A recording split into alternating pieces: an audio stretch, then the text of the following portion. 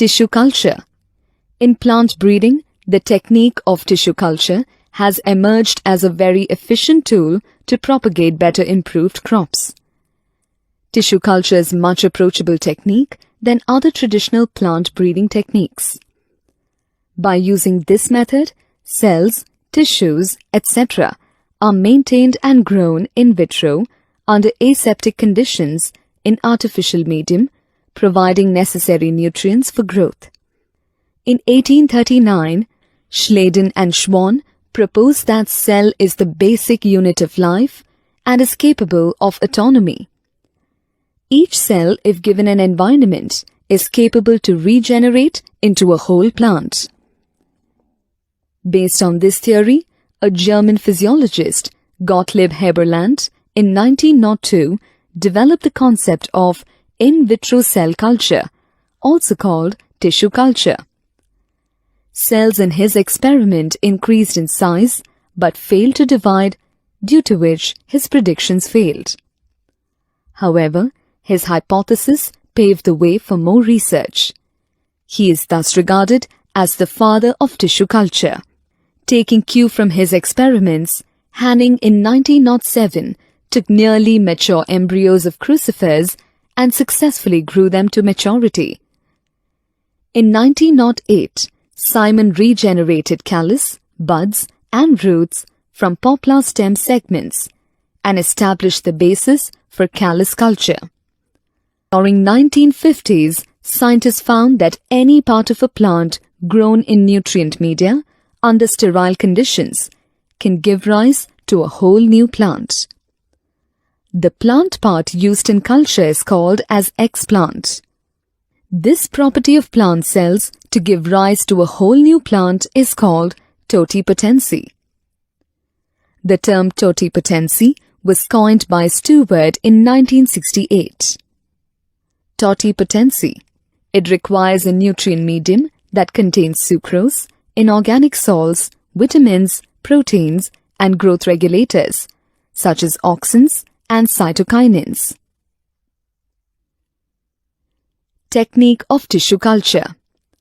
The first step of tissue culture is excising or cutting a small part of plant tissue, like the leaf, root, or shoot of a plant. This cut-out part, explant, is then placed in a suitable nutrient medium containing a carbon source such as sucrose, inorganic salts, vitamins, amino acids, and growth regulators like auxins, cytokinins, etc. The explants are allowed to multiply and form a group of tissues called callus. Callus is irregular, unorganized, and undifferentiated mass of actively dividing cells. This callus is then allowed to multiply to form many plantlets, which are then transferred to a different container for rapid multiplication. Finally, the developed plantlets are transplanted to the soil for normal growth. Tissue culture is performed using a small part of a plant to develop a large number of plants in a short duration. It is thus also called as micropropagation. As all these plants are developed from the same part of the parent plant, they are genetically identical and called soma clones.